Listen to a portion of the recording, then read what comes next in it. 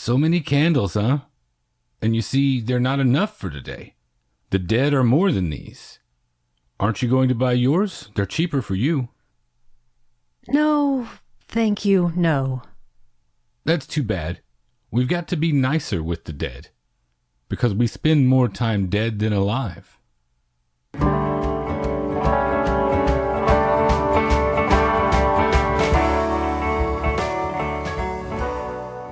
Welcome to the Magic Lantern Podcast, an ongoing informal discussion of the films we love and the things we love about them. I am Erica Long. And I am Cole Rolane. Each episode of the Magic Lantern will be devoted to one film that we alternately select, and we will discuss why it is significant to us. Just a note, whether the film is a classic or a more contemporary title, this will be an in-depth discussion that will include explicit plot details and potential spoilers. We're at episode 144, back to Cole's choice, your first choice after Halloween. Are we going from the dark to the light? Not exactly. We keep it a little spooky, actually, and we are talking about Macario today from 1960, and that's directed by Roberto Gavaldon and starring Ignacio Lopez Tarso, Pina Pellicer, and Enrique Lucero. The amazing cinematography is courtesy of Gabriel Figueroa, and it was written by B. Traven, who most American cinephiles will probably recognize as writing the source novel for The Treasure of the Sierra Madre. B. Traven, I discovered, is pretty interesting, kind of a shadowy figure that could have been the pen name for up to 3 different people.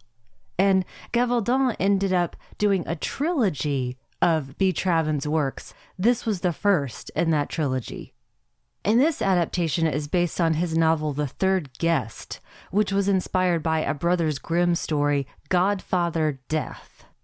Well, that title's a little on the nose because this is about a poor woodcutter who is pushed to the brink by hunger and poverty, who encounters the devil, God, and the personification of death, the latter of which bestows upon him the gift of healing.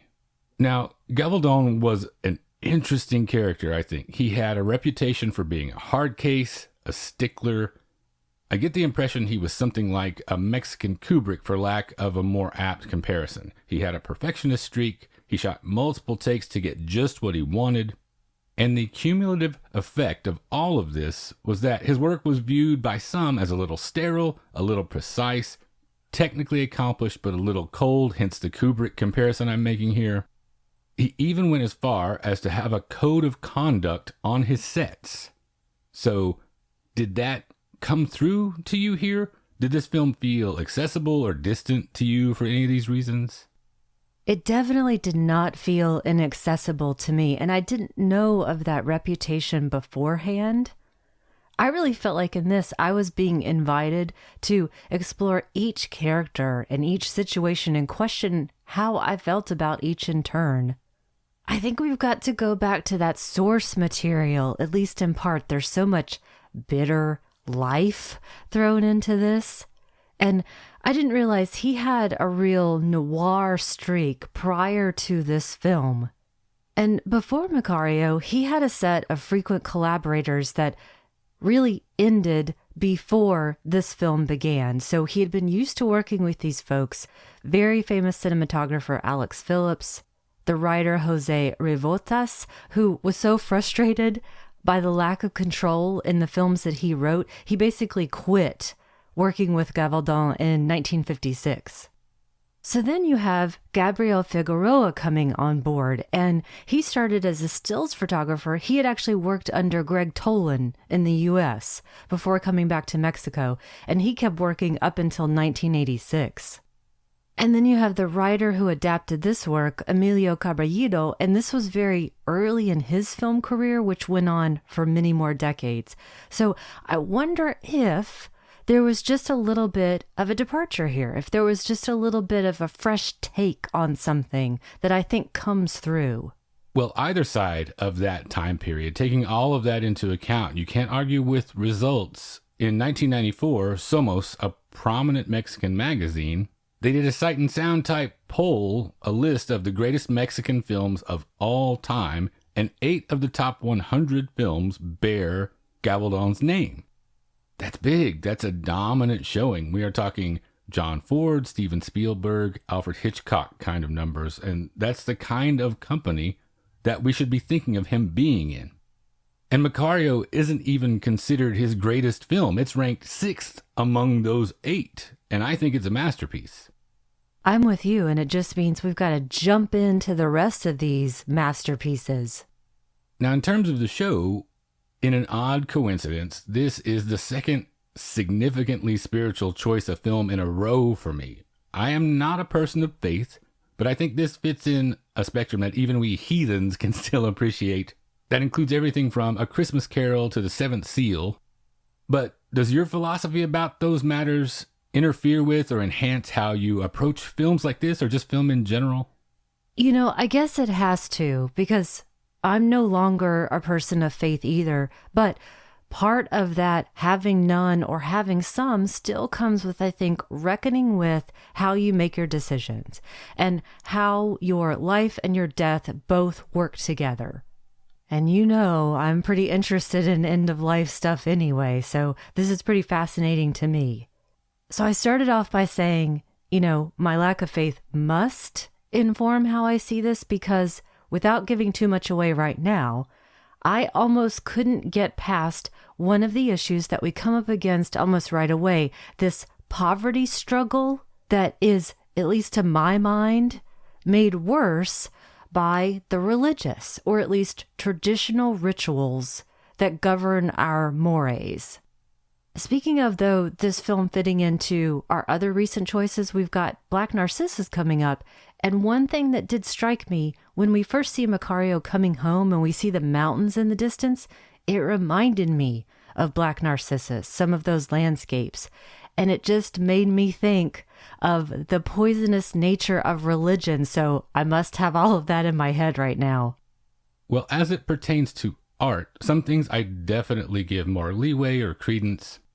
For example, if a film wrestles with a larger metaphysical question, regardless of where it's coming from, I always can appreciate it more if I always choose Ingmar Bergman over the latest Kevin Sorbo vehicle, for instance. Kirk Cameron, where does that fall for you? Do you mean on the evolutionary scale? Are you ready to leave those behind? Oh, good. Great. Well, I'm ready to leave this behind, this section here, and move on to discussing the movie proper. And it starts with a text screen explaining the Day of the Dead, which serves as the backdrop against which all the action of the film plays out. And then we have a number of shots of related decorations, church spires, and processionals. I really like that we're offered at least this brief introduction to the holiday itself, together with all this striking imagery to accompany it. And for the uninitiated, the Day of the Dead is a holiday that's widely celebrated in Mexico from October 31st to November 2nd, and it revolves around people gathering to pray for and remember loved ones who have died. This does not happen in any morose way, but instead it's a celebration. It frames death as just another part of life, and you will frequently see altars and grave sites covered with flowers and food and other gifts, and people will often gather there to commune with their loved ones who have passed. I love this holiday and the embrace of the idea that death is not to be feared. I think it's a beautiful tradition. We're really lucky here in Austin because the Mexicarte Museum here does an annual exhibition with community altars and artwork. It's one of my favorite events every year, and they are currently in the middle of their 37th annual celebration. So if you are in Austin or coming here anytime in the near future, you should go check it out. It's really wonderful. Now, all of this did make me wonder, though, if American knowledge of Mexican culture was widespread enough in 1960 for this to be somewhat of a known quantity, or if maybe instead it seemed scary or odd or unholy or primitive because we have, for example, all of these altars piled with skulls, not something you usually see in the United States in a Catholic church. But then I came around to, who am I kidding? What American audience saw this in 1960? Most likely. I will say, this is one of the few that our old pal Bosley Crowther, he actually got right. He was enthusiastic about this film, but I'm not sure that that positive notice encouraged New York Times readers to go out and see this in huge numbers. And I think the awareness of the holiday in general is a much more contemporary thing. I know people that say that in the 80s, for instance, it was not widely observed. But then things happened like in 2008, it was added to the UNESCO list of intangible cultural heritage. So it raises the profile. Now, is this a holiday that you've been aware of for a long time? How does this figure into your life? I feel almost completely ignorant. I know virtually nothing about it. I know more slightly now because of the episode. But really before that, it was just sort of about face paintings for me. I wonder how I get to be 45 years old without knowing more about it. Well, you're coming from Idaho and Virginia and to a lesser extent Hawaii, where there's not a lot of emphasis on it, most likely. I had the mistaken impression that it was more about celebrating the macabre. That just comes from my tradition of seeing skulls, and that represents something specific to me. That being Halloween or your interstate murder spree? A little bit from both columns, I would say. What's really fascinating to me now is learning about some of the controversy around it. There is some discussion. Was this actually an indigenous Aztec tradition? Or was that more of an apocryphal story and instead it's a fully Spanish tradition? Because at least in part, it was co-opted, in a sense, reinvented as part of a nation-building push in the 30s. And then back to your question about how much were audiences exposed to this at the time, there was definitely a downturn in Mexican cinema around this time, so I'm not sure how many options audiences would have had to be exposed to this. And I wonder, too, how much travel might have been happening where you could be exposed to this one-on-one. You could actually see this taking place. It is one of my travel dreams to be in Mexico City to observe the celebration of this. I cannot wait for that to happen one of these days. It's definitely on my big list of things to do. But I can vouch for it not being a widespread thing up until fairly recently, at least in the United States. My grandmother, my paternal grandmother, she was half Mexican and half Comanche. That's where I get all of my indigenous blood from. And I know throughout my youth, she never celebrated it. It was only once I moved to Austin, it became a thing that I was really aware of because with our proximity to Mexico here in Texas, obviously we're going to get some of that cross-cultural pollination. What I do, though, really respond to, regardless of any sort of specific culture, is this tradition of folklore. That's something that definitely speaks to my Virginia growing up. Yeah, and it's that folklore actually that allows us to get into other little parts of it. It uses folklore the way that societies often do to impart these lessons or to say something that is not exactly what you see on the surface. Because built into this celebration, we see that there are class issues even among the dead. It's really bracing to hear Macario's wife explain to their children that this is what our dead eat because this is what we eat. The implication being that even the afterlife does not free you in this regard. And the film emphasizes these differences in all sorts of little ways. For instance, his wife is clearly made up to be darker when interacting with a wealthy family for whom she does laundry. It's barely perceptible, and specifically in terms of folklore, this is designed as a parable. And this parable, it lives right at the intersection of melodrama and magical realism. And I think people tend to give critical weight more to the latter, especially in this case, with the significance of magical realism in Latin American literary tradition. But melodrama, I think, is just as indispensable to this and to Gavaldon's career as a whole. I think we're both of the same mind when it comes to modern interpretations of melodrama in that we both like all kinds of variations on that style.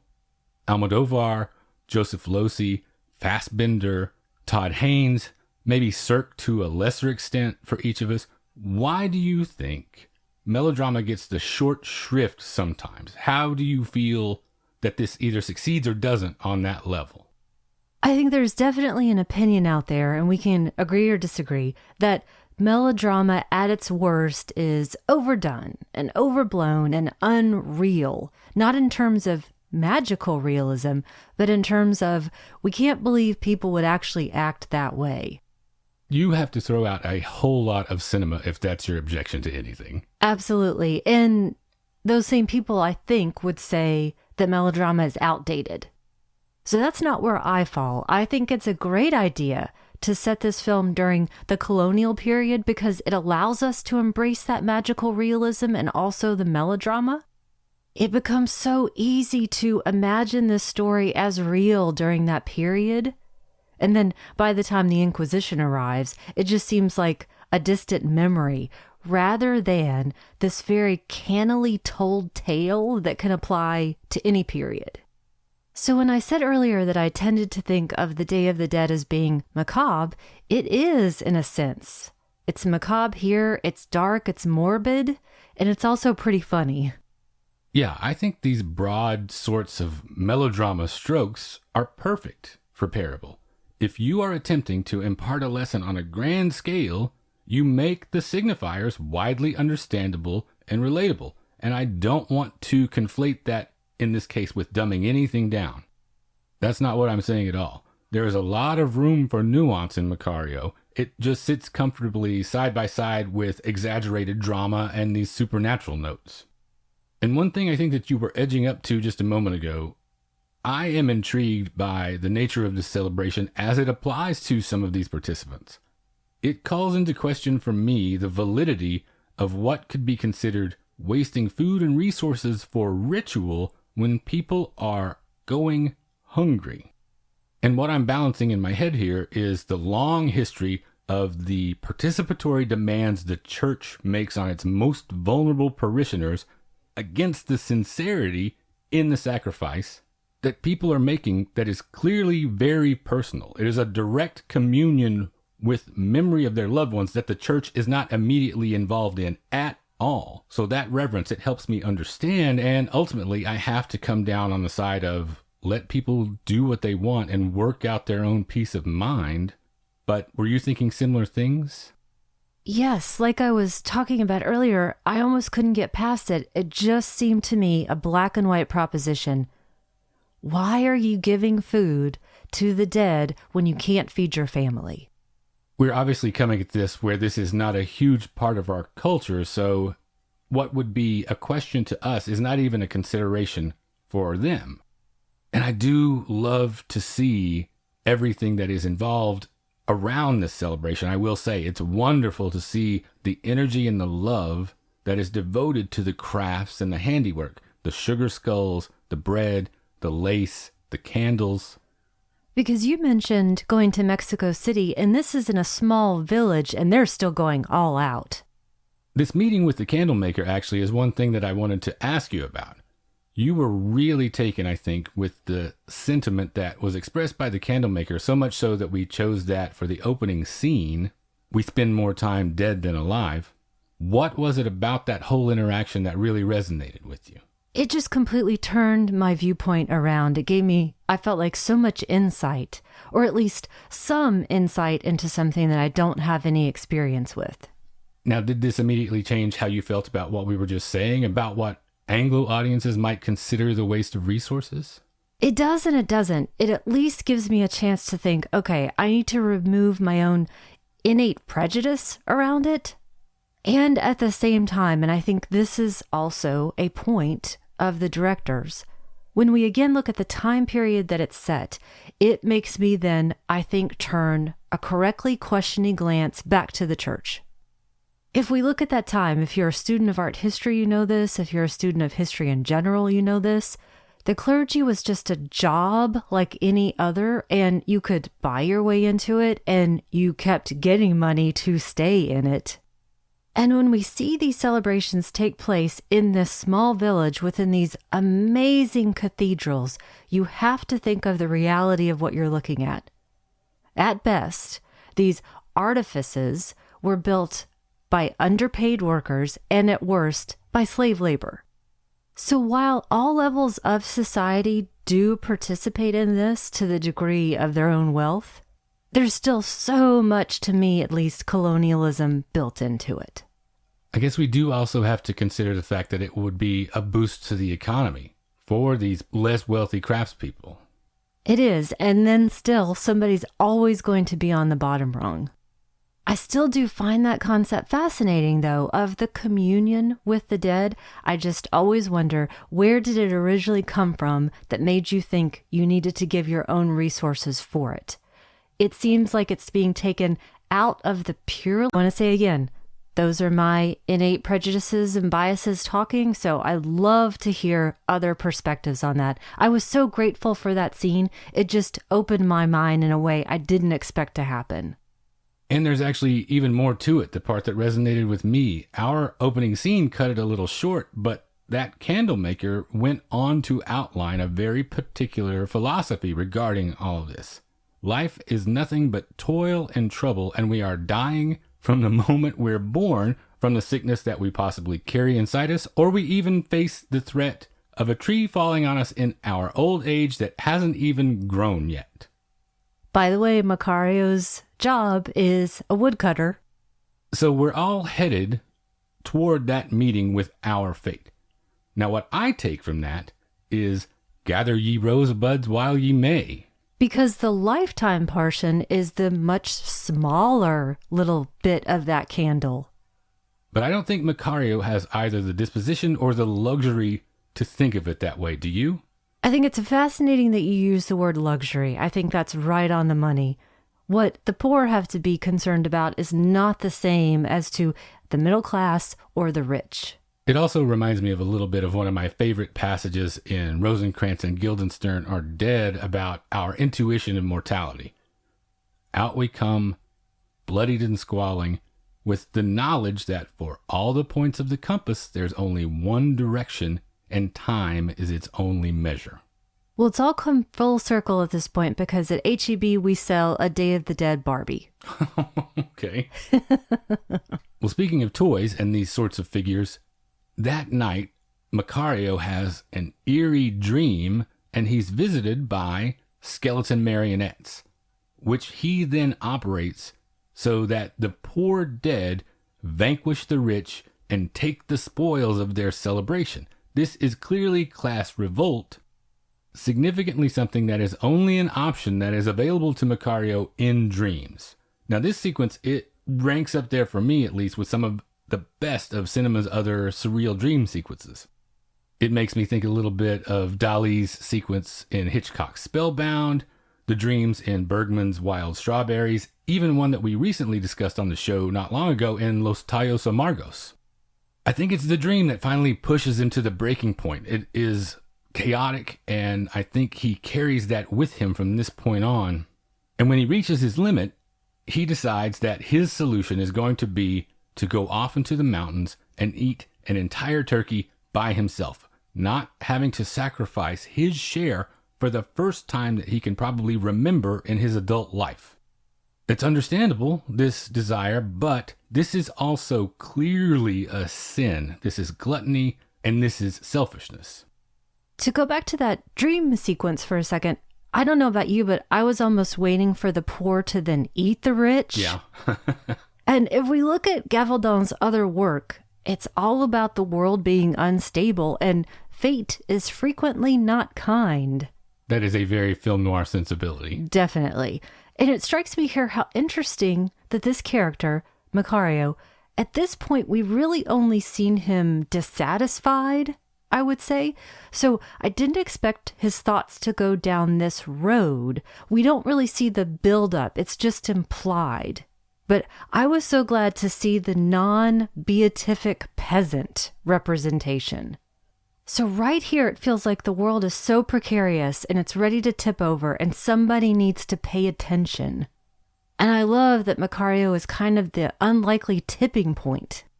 Yes, exactly. Interesting that so much could hang on what, even among his social circles, would consider someone who's not important. While I'm thinking about this, I don't want to forget, at first, the turkey seemed to me a little bit like a strange thing to fix on for him. It isn't something I immediately associate with the Day of the Dead, and with my obvious cultural biases, it's more of an American Thanksgiving thing for me, obviously. So my first instinct is to interpret this as a symbol of wealth and abundance, in contrast to Macario's hand-to-mouth existence, and maybe just have that be that. When I looked into it, though, I found some fascinating stuff. I found that turkeys were often highly symbolic and occupied a special place in Mesoamerican history. And they're indigenous to the Americas. Exactly. And so, archaeologically speaking, you find more turkey bones in ceremonial spots than in garbage heaps, as it turns out. You find them in grave sites, which is an honor not given to other ordinary birds. In Aztec history, there is even a turkey deity, the god of plagues. It's not a pleasant image. So sometimes a turkey isn't just a turkey. But back to a thing you were saying about the implied buildup. I get the feeling that Macario is a stoic and he has been suffering in silence for a lot of years. And so his wife wants to do whatever she can for him in this regard, with this request. Once again, I think luxury is the word to use here, because we think about him suffering in silence, but we don't think about her suffering in silence. She's the one who's always going to eat last, who's going to give up food if someone else can have some. And it's she who procures the turkey. She actually steals it, which feels so monumental here. And she confesses she also dreamt of having something only for herself that she would never have to share. So finally, she feels like a human too. So it's probably only now that we're maybe, as an audience, questioning her role as the woman in the family. And I think it's also fascinating to imagine she is the one who would ultimately receive the most punishment. If her theft was found out. And then I went back and corrected myself, because it's not sacrifice even. She is more accurately taking extreme risks to pull all of this off. Does that feel equitable to you? And I guess I really shouldn't look at it as a contest, because it's not pitched that way. No. She's trying to genuinely do something for the person that she loves. Yeah, I feel that too. It's all out of love and appreciation first, but there is a sense of duty also built into it that comes a close second. I think you're right. And ultimately I see, you know what, man? I get it. I understand why you want this thing just for yourself, but shut up about it right now. I don't want to hear about it. Maybe tell me after the Day of the Dead. I do get the feeling, though, that he would make a similar sacrifice and take similar risks for her. But when do we ever get to see that movie? Right. And so Macario heads for the tranquility of the mountains with his turkey in tow, but he is accosted almost immediately by a well-dressed stranger just as he sits down to eat, and he is offered seductive deal after deal, each of which he smartly refuses. This is clearly the devil, obviously. We know this. And this encounter is excellent, I think, especially that shot I love so much with the devil's silver spur spinning in the foreground. Beautiful shot. And it was surprising to me. Macario sees through scam after scam. It's so brilliant. He doesn't fall for any of it. And so he packs up his picnic and he moves on, and he meets God next, who similarly appeals to him for a bite. But again, Macario is wise to the deal, and even more significantly, I think, he denies God. This is huge. It absolutely is. And God is presented in the same way as the devil, not larger than, not smaller than, just another soul or another being with just another line of talk. And Macario says, for you, if I were to give in, it's just behaving well. But this means everything to me. So I wonder, is that questioning our underlying problem with the Day of the Dead, or its contradiction built in for rich versus poor? And I appreciate more than anything these reactions to the devil and God. He treats them as propositions rather than as sacred beings. Yeah, it can't be overstated enough for me, coming from a culture so steeped in Catholicism. The first denial, that's a simple victory against temptation, I feel like. But this is refuting God's will. And then finally, he meets my favorite character in the whole thing, the personification of death. Death is hungry, and that is a powerful metaphor, I think. Enrique Lucero's depiction of death here is so great. He's powerful in ways that belie his gaunt appearance as just another hungry worker performing his harvest. He's emaciated, but he's cheerful. And like you said, he's dressed as a peasant, so he's familiar, he's non-threatening. But Macario still plays the angle with him. He's still smart. And I love that death is the only real thing here that comes without a judgment. And so to death, Macario capitulates. The gift of this turkey and the peace with which to enjoy it, he knew it was too good to be true. The thing that you said about his interaction with the devil, it really underscores how much he has the wisdom of the working class. He's not going to be scammed, but instead he gives death a share out of pragmatism, knowing that of the three of these, this choice will buy him enough time to eat the maximum amount that he can.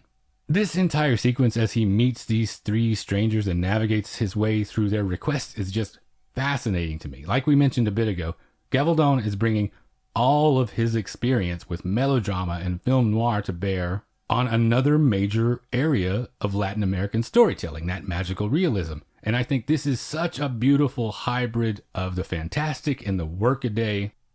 Macario has retreated to where he is most at home, basically, in the mountains where he labors alone to have what is ostensibly his last meal, only to have that interrupted by this succession of supernatural beings.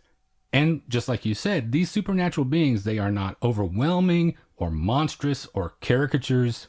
They feel like men, like any other, for the most part, with just a specific element or two slightly exaggerated enough for us to know who we're dealing with.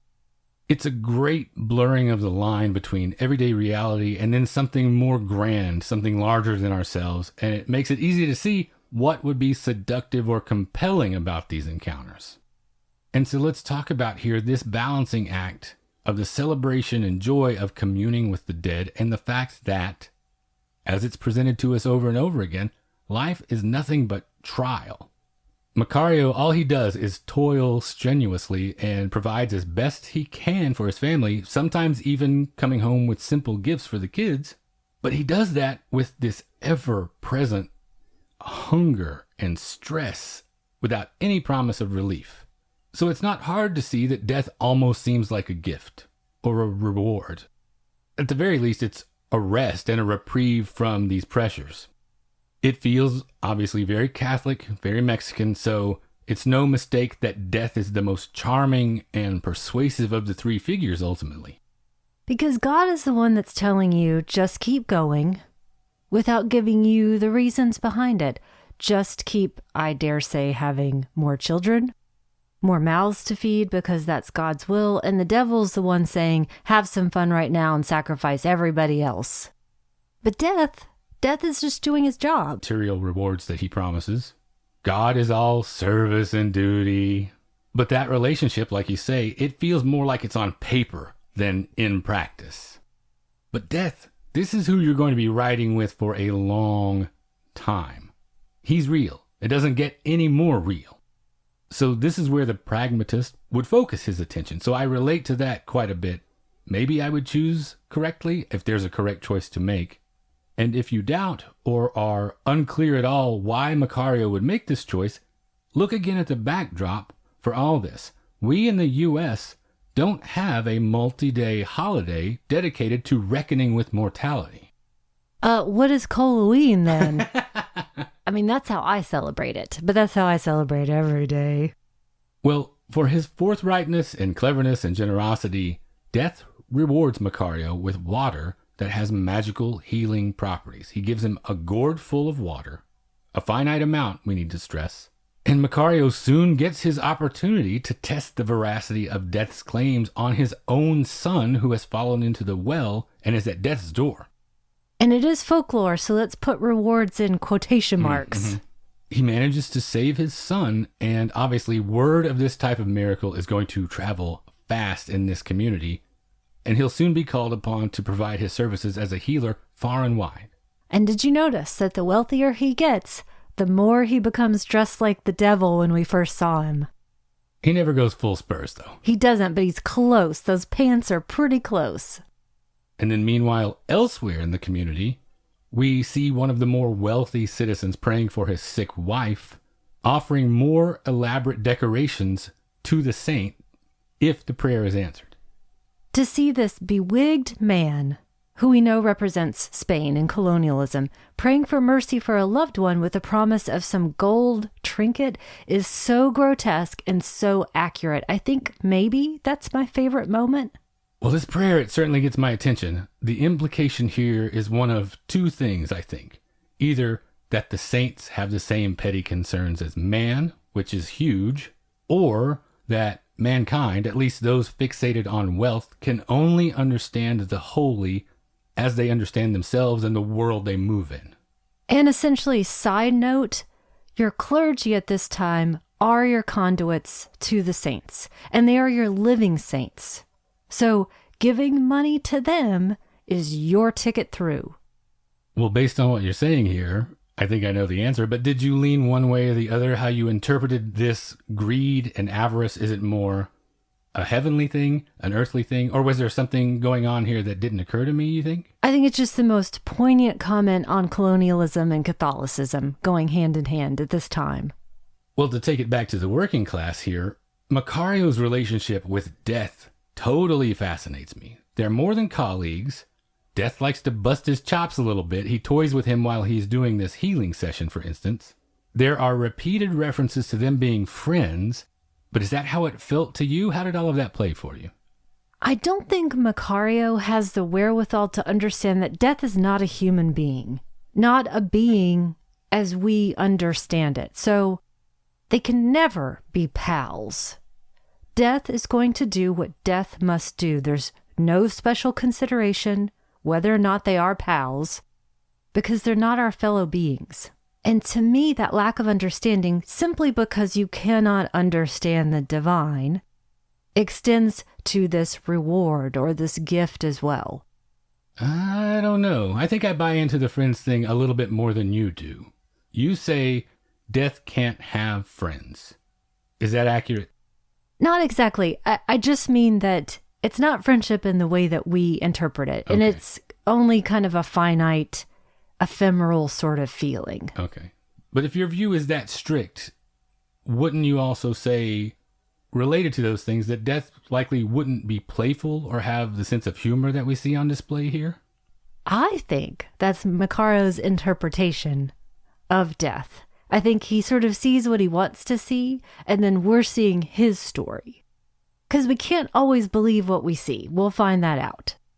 And Gavaldon actually has an agenda too, so we need to take that into account as well, because we see all these little subversive things slipped in. For instance, do you think that Eulalia's exposed back was a little bit scandalous at the time? I'm not sure, because she's having a cupping ceremony, which is very much tied in with the clergy as well, sucking out the poisons. So I don't know that I have enough experience to say one way or the other how I read that. That's the only time we see any expansive skin, so it immediately gets your attention, I think. Immediately gets Cole Rolan's attention. Well, let's keep talking about this idea of how Macario sees this gift or this reward. Exactly. I wanted to ask you that before we get out of this scene, actually, because this scene where he is healing Eulalia concludes with payment. And so immediately what comes to mind to me is it more significant that Macario asks to be paid modestly when offered more than that, or that he takes payment at all? Will there be repercussions for turning this gift into a commercial enterprise? There's another subversive thing. He does a little bit of a game, a little bit of a negotiation, making this rich man think that he's initially going to ask for so much money. But I come back again to this idea. I think this comes from a mistaken impression. The first one being that he mistakes that he is in essence pals with death, which is going to give him a pass.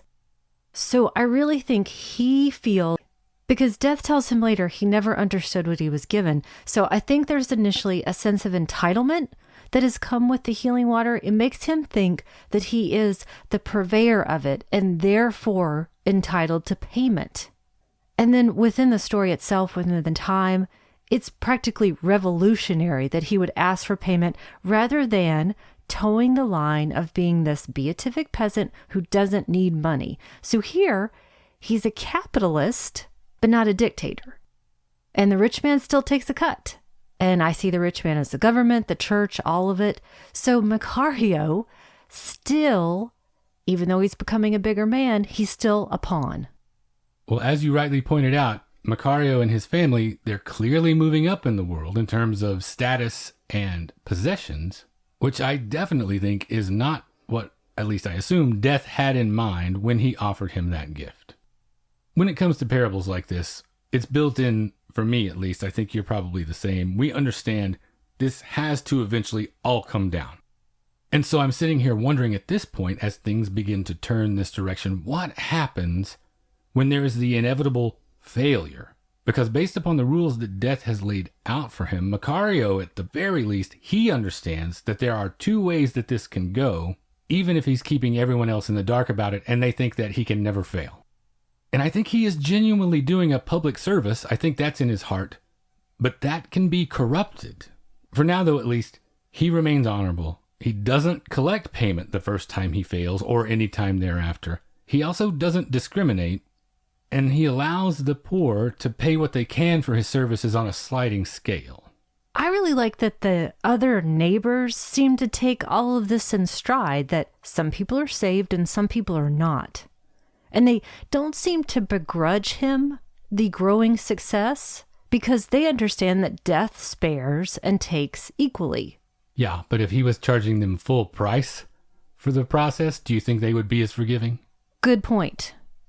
It's really the doctor that drops the dime on all of this. So no competition, no free market. Exactly. Don't get in the way of my business. And it's folklore, so could it go any other way that the ultimate final failure is going to be the most notorious one? Well, there's a thing that happens here in this sequence when it is starting to unravel a little bit that I really love. In one of my favorite lines of dialogue, it is said of Macario that he smells like a person, like sweat. He's still a laborer, is basically what they're saying. And this reads as honorable to me, but it is significant that he is described that way by the forces looking to have him removed. Do you think that character meant that as a compliment? I don't know that compliment is the right word because he would have different ways to describe everybody else. A rich man would smell like perfume. The clergy would smell like sage and money or gold, probably. So it's definitely representative, but compliment, no, not exactly. I'm giving away my bias there because that's how I interpret it. Well, and think again of the time period. The rich were just other beings than the rest of us. Think of the Sun King, for example. Yeah, they are definitely looking for a foothold to punish or persecute him, for sure. There's another of my favorite little subversive moments here, too, when the church officials are discussing all this, just how to handle it. There's no room for heretics, obviously, but the church has to consider keeping those alms flowing. Maybe a little infernal is okay if it's filling the coffers. This feels to me like maybe the riskiest thing that Gavaldon put in the whole film. Or maybe, is this the riskiest question overall? Could God control this if he saw fit? Is Death a rogue operator? With his omnipotence, the implication has to be that God is allowing this for some reason, right? I love that you bring this up because I start to get into some minutia. So, is the movie making the case that God is omniscient but not omnipotent? I still see Death here as not the same as God and the devil, who are essentially brothers. At the very least, I think this posits that it's a benevolent God who doesn't always have to make sense. And I think it's important as well. This takes place during the celebration of the dead, not Christmas or Easter, for example. This is not God's realm. That is a great point. I didn't even think of that. What I was falling back on, free will and how that question is handled. It's obviously going to be a major tenet of any world religion. And if we're approaching this as coming from the Catholic tradition, it's like you imply that God is benevolent, but doesn't fully dictate everything. Man is considered capable of directing himself toward his true good, and that initiative comes from God, but it requires a free response from man. Not that I'm qualified to give a huge theology lesson here, so let's move on to something that I do know a ton about. One of the reasons I like this so much is that there are some parallels here with this and one of my all-time favorites, The Devil and Daniel Webster. One of the major points being that Macario's wife is the one who makes sense and is right to be trepidatious about all this. And even Macario knows this, because when the water supply is running low, he gives her a vial of water to safeguard for the family health, which is good because soldiers come soon after and destroy all the rest. So is Macario greedy in the same way that Daniel Webster was? What's the difference, if any, in their motivations? He's similarly simple, I think, but not a simpleton. I want to make that distinction. Gavaldon, I think you touched on this a little bit earlier. He has a thing for tormented characters that might not quite have the ability to completely comprehend the nuances of their situation. Macario, though, to me, the character, he remains much more steadfast and noble, just be misapprehending the power of the gift and being a poor administrator. Because I wonder sometimes maybe Daniel Webster was waiting to be compromised. And Macario's troubles, okay, all Catholics put your fingers in your ears. Macario's troubles, I think, are his fecundity, which I see as a direct result of Catholicism and the direct result of colonial times, meaning that he's trying to become a gentleman. Interesting, because I don't see those sorts of aspirations in him at all. I think he adapts to that new house and all the possessions and the kids dressed one way very quickly. But there's no devil on his shoulder in the form of a woman like we have in Daniel Webster. Well, maybe I'm just being obtuse then, because if this is built into his program, there truly is only one route to take to achieve what he wants, because we are talking about a very specific time frame. And I think what that contributes to this story is extremely interesting. This is colonial Mexico, like you said, New Spain. So there is definitely a significance to the cultural crossroads that this puts us at. And I think the one event, obviously, that we cannot overlook that overshadows all of this is the Inquisition. The Inquisition, it looms so large over an immense part of this history. Just look at this one fact alone. The colonial Holy Office of the Inquisition was established in Mexico in 1571. Do you care to take a guess as to when it was disbanded? 1998. You give the Inquisition a little more credit than I did, but They heard that Prince was coming, and so they needed to get it out of the way. I was really surprised to discover it wasn't completely disbanded until 1820. That's 250 years of Inquisition, moving into what I think of at least somewhat modern time. So this allows Gavaldon to cloak some of his contemporary social criticism with the cover of this inescapable history. And Macario goes before the Inquisition. He's accused of being a blasphemer and a heretic. They devise a test for him, and you know how these Inquisition tests go. They're not exactly win-win. As you might expect, Macario's predictions are proven true, hence he is a sorcerer, and there is but one way out. Cure the viceroy's son, and all will be forgiven. Fail, and be burned at the stake. I love that we're being invited to ask how we reckon with our past, how we see our past, and then how do we see ourselves. And it's not yet the age of reason here, so even though the viceroy doesn't believe in any of this, he still goes down that route. Desperation will lead you to do a lot of things, especially when you are in a position that you can exploit that. And like I said, we have to know that the final failure is inevitable. This is folklore after all, and it doesn't go well for anybody. Yeah, his old pal Death, or at least how I see him, he will not help him pass this final test, and Macario escapes back to the mountains, and in a nice bit of parallelism, he encounters the devil, God, and Death again on this return trip. He finally reaches Death's home in the Cacahuamilpa caverns, and this last scene is the most visually stunning thing we've seen in a movie that's full of stunning things. Absolutely. The sea of candles, each candle representing a soul, a life. Yeah, they are spread out as far as the eye can see, essentially. Macario demands to see his own candle, which is not very long at this point, which he then takes and flees. Even after working in concert with Death for so long, he still doesn't fully grasp it, the futility of what he's doing. He's been so busy with his specific concerns that he has missed vital lessons along the way, because who was it that warned him where this was all headed? The candle maker. That's such a nice touch. Like I've been saying, us mere mortals can't really understand the implications of these other beings. And so, as the sun rises on a new day, his wife and a search party find his body, implying perhaps it was all a dream this whole time, and he didn't even get to finish his turkey. And death didn't have a portion, so like you said, maybe none of it actually happened. So, the end. I love this movie so much. This is going to slot neatly into my holiday viewing. I can see this being a Day of the Dead tradition for us for a long time.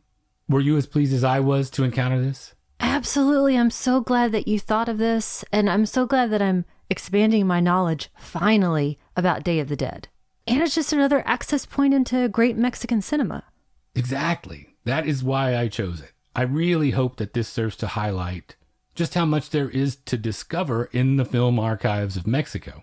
There is a rich and dynamic and varied motherlode out there, and it's just waiting for us to dig into it. And what's especially cool about it is that during the golden age of Mexican filmmaking, the government actually encouraged creators to make films that articulated a true Mexican identity.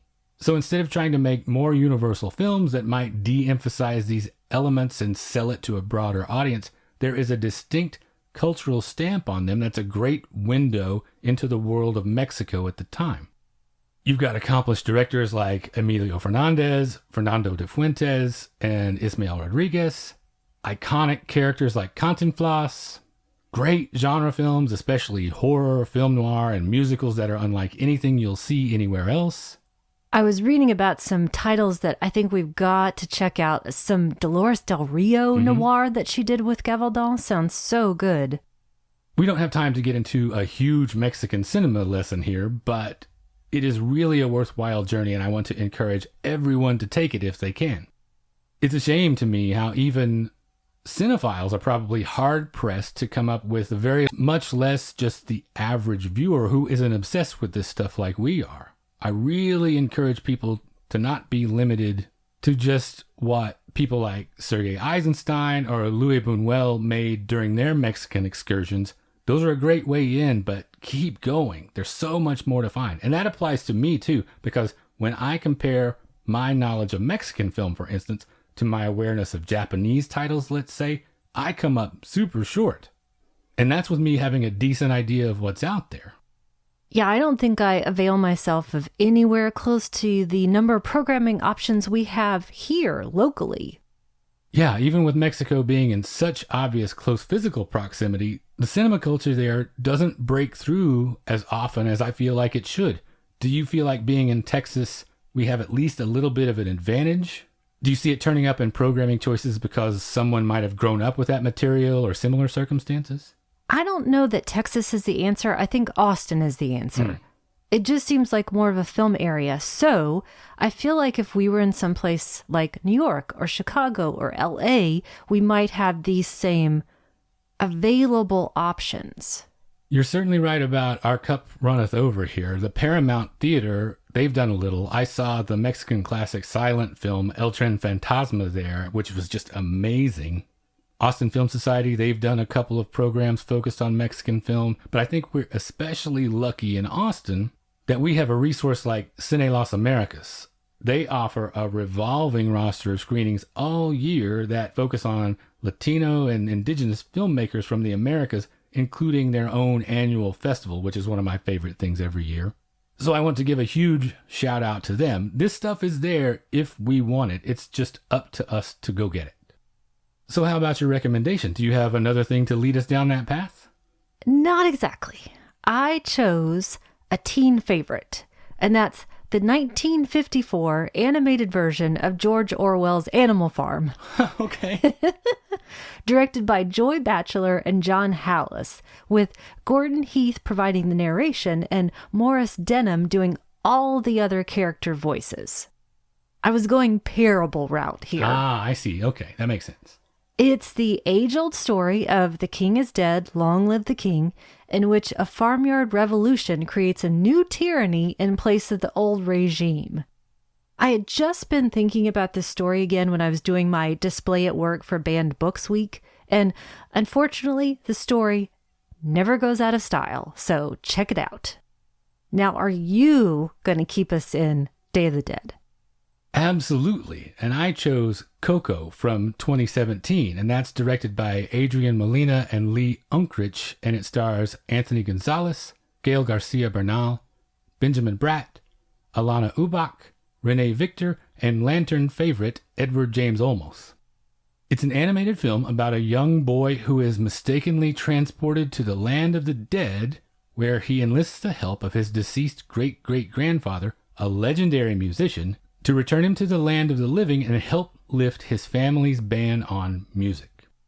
Now, this may seem like an obvious, low-hanging choice. Everybody knows about this movie probably, but I choose it to underscore how significant I think it really is. This is a beautiful movie that I wish we would have had forever instead of just the past few years. That thing I was saying at the beginning about what a healthy thing it is to look at death in this way, this is the greatest encapsulation of that idea that I could imagine for a universal audience. And it serves such an important function, I think. In all of our young lives, at some point, we have to confront the idea that we don't go on forever the way we think of ourselves. The movie that did that for me was Watership Down, which I am eternally indebted to for that. I know there's a faction that probably sees that as a really traumatic experience for kids, that movie. But I never felt that way about it. Even from when I was little, I always thought that its lyricism outweighed all of the rest of that. And when I think about what it taught me from a very young age, it makes me feel peaceful and appreciative. But imagine if all those kids for whom it might be too much had an option that was full of captivating color and sound and was joyful and also taught them a little something more about the world they live in. Coco is that movie. If somehow you haven't seen it yet, this is the best time of the year to go check it out, so I highly recommend that everyone does. So once again, that's two great recommendations, Animal Farm and Coco. And that brings us to the end of episode 144. First and foremost here, we want to thank Brent Calderwood for becoming our newest Patreon supporter. Thank you, Brent. We appreciate that very much. If what we do here is valuable to you and you would like to support that, we would certainly love for you to check out our Patreon at patreon.com/magiclantern. The $5 a month level gets you access to a big backlog of bonus episodes, and those come out on the Mondays alternating with regular episodes, so you never have to go a week without new Magic Lantern in your life. If you would just like to get in touch with us, you can reach us via email at magiclanternpodcast@gmail.com. We are on Instagram, Facebook, and YouTube. Just search for Magic Lantern Podcast on any of those platforms. We are on Twitter at Lantern_casts, and I just wanted to take a second to say thanks to everyone who has shared the show or given us feedback since last time. The fine gentleman at Fuds on Film, Mike Scharf, Laura Cannon and the Fatal Films Podcast, Jesse Dampolo, Spencer Seams at the We Cut Heads Podcast, James Lawler, and Brian Sauer over at the Just the Disc Podcast. If you're sharing the show or talking about us, please make sure to tag us so we can say thanks. You can find our show on Amazon Music, Apple Podcasts, Google Podcasts, Stitcher Radio, Spotify, just about anywhere you get your podcasts, you can find us. Another thank you to Brent Calderwood for also leaving us a very nice review on iTunes this time around. We're grateful for that as well. If you'd like material at the website, magiclanternpodcast.com. And thank you for listening to the Magic Lantern Podcast.